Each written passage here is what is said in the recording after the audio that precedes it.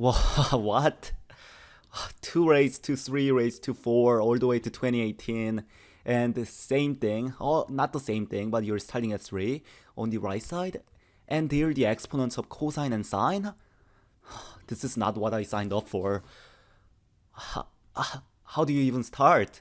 Well, the chances are we don't really need to evaluate the entire thing. The actual value of this doesn't really matter as much as what it stands for.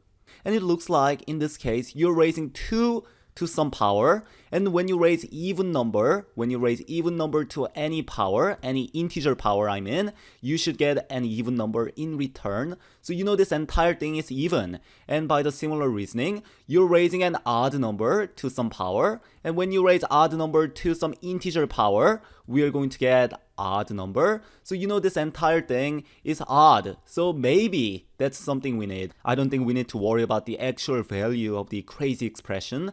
I think we only need to care about whether it's even or odd. And that's also reminding us that when you integrate, because we're talking about even and odd, when we integrate an odd function from negative a to a, we get 0. So you may remember this. So maybe we have an odd function inside because we have cosine of x, and cosine of x is an even function, and we have sine of x, which is an odd function. So maybe this entire thing is odd, and if it is odd, maybe we can use that to show that the integral evaluates to 0. But you may say, the bounds in our integral has to be from negative a to a for this equation to work. Well, we can make it from negative a to a by using the substitution u equals to x minus 1009 pi. Because when we apply the substitution, 2018 pi is going to become 1009 pi, and 0 is going to become negative 1009 pi. So really, we can apply the substitution to change the bounds to negative a to a. So when we make the substitution, u equals to x minus 1009 pi, the bounds are going to change to negative 1009 pi to 1009 pi, and we are going to have cosine of x, and when u is x minus 1009 pi, x is equal to u plus 1009 pi, so we are going to have cosine of u plus 1009 pi. Well, cosine of u plus 1009 pi is same thing as cosine of u plus pi, because we can keep on taking away 2 pi from 1009 pi until we get pi, and cosine of u plus pi is of course negative cosine of u, because when you draw the unit circle, when we draw our friendly unit circle, our cosine of u, this x distance, and cosine of pi plus u, this distance, are negatives of each other.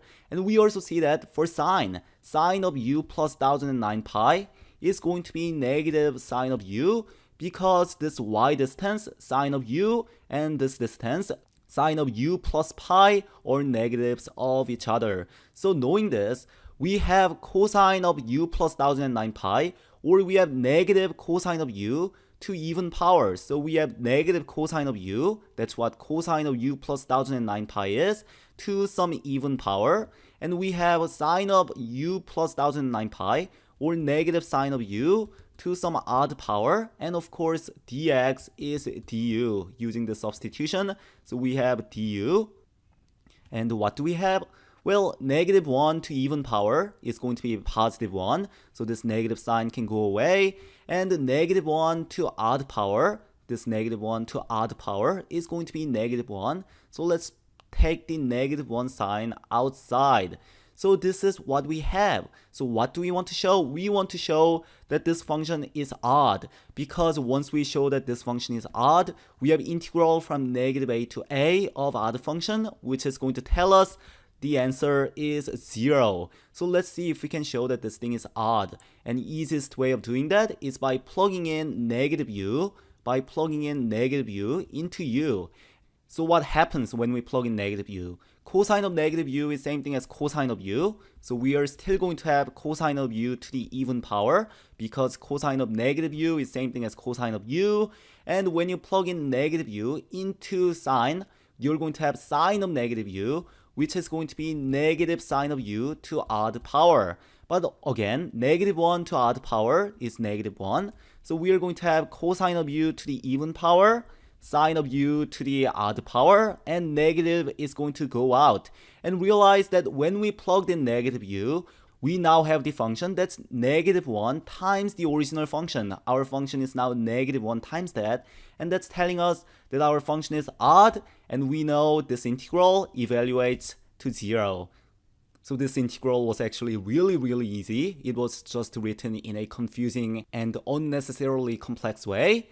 But in the end, everything turned out to be symmetric integral of odd function, and our answer is 0.